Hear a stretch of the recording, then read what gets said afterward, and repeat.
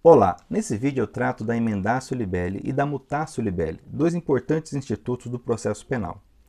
O artigo 383 nos traz então a chamada emendatio libelli, que é a possibilidade do juiz, quando da prolação da decisão, trazer uma nova definição jurídica, diversa da que está na inicial, na peça acusatória inicial, sem contudo trazer alteração da narrativa fática. A emendácia, então, é esse melhor enquadramento feito pelo julgador. Uma vez que os fatos são apresentados a ele, ele, então, tem as condições para dizer o direito. Esse é o poder do judiciário. Pois bem, diz o artigo 383, o juiz, sem modificar a descrição do fato contido na denúncia ou queixa, isso é muito importante, sem, então, modificar a descrição do fato, poderá atribuir-lhe definição jurídica diversa, ainda que, em consequência, tenha de aplicar uma pena mais grave. Bom, o parágrafo 1º, então, nos diz que, por conta dessa nova definição jurídica, se surge a possibilidade da proposta de suspensão condicional do processo, ela deve ser feita. E o parágrafo 2º nos diz que, se essa nova definição jurídica acarretar mudança de competência, o processo deve ser remetido ao juízo competente. Não há que se falar aqui em perpetuatio jurisdictionis. Pois bem, quando nós falamos de emendatio libelli e mutatio libelli, é importante também nós falarmos do princípio da correlação ou da congruência, segundo o qual deve haver uma continuidade, uma lógica, uma coerência entre o que está na inicial acusatória e o que está na decisão, uma vez que o processo é uma sequência de atos que visam um objetivo, condenação ou absolvição, ou seja, esclarecimento dos fatos e uma decisão por parte do Estado.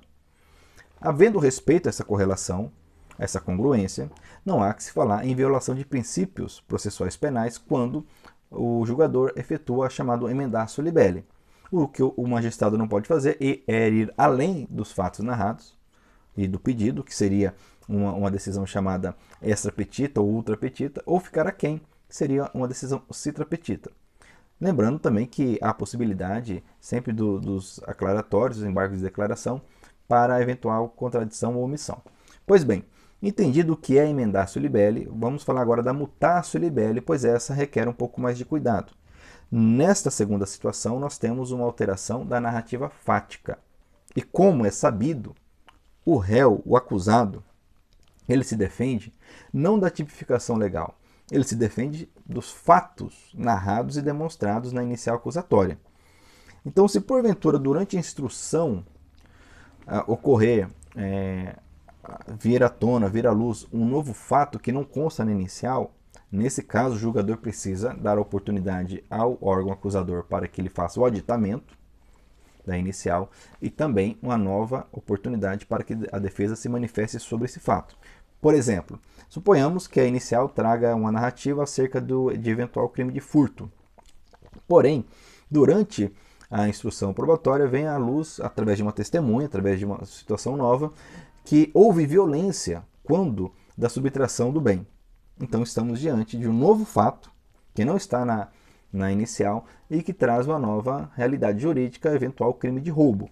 Nesse caso, olha o que diz o artigo de número 384, que fala sobre a mutatio, sobre essa possibilidade. Diz aqui, ó, encerrada a instrução probatória, se entender cabível nova definição jurídica do fato, em consequência de prova existente nos autos, de elemento ou circunstância da infração penal, olha só, não contida na acusação. Então, o Ministério Público deverá aditar a denúncia ou queixa no prazo de 5 dias. Em virtude disto, será instaurado uma nova etapa em que também a defesa será ouvida. Lembrando que a emendatio libelli ela pode ocorrer também em segunda instância, diferente da mutatio. Na emendatio, em segunda instância, nós precisamos observar também a possibilidade do réu, e apenas ele recorrer. Sabemos que se apenas o réu recorre, não há que se falar em agravamento da situação dele. É vedada a chamada reformatio impégios. Porém, isso também não impede a emendatio, desde que a situação do réu não seja agravada. Temos decisões do STJ nesse sentido. O artigo 617 sobre essa questão diz o seguinte: o tribunal, câmara ou turma atenderá nas suas decisões ao disposto no artigo 383, que trata da emendatio, e no que for aplicável, não podendo, porém, ser agravada a pena, quando somente o réu houver apelado da sentença. Já a mutácio não é aceita em segunda instância, ela não pode ocorrer, ok? Porque essa narrativa fática deve estar presente para que a defesa não seja surpreendida. Então, diz o parágrafo 1º do 384, não procedendo o órgão do MP ao aditamento, aplique-se o artigo 28 deste Código. Lembrando que o artigo 28 do CPP tem toda uma nova sistemática trazida pela lei chamada o pacote anticrime. O parágrafo 2º diz que, ouvido o defensor do acusado no prazo de 5 dias e admitido o aditamento, o juiz, então, a requerimento das partes, designará dia e hora para a continuação da audiência, com inquirição de testemunhas, novo interrogatório do acusado, realização de debates e julgamento. Basicamente, temos uma nova instrução, limitada a essa nova narrativa fática, essa nova circunstância fática.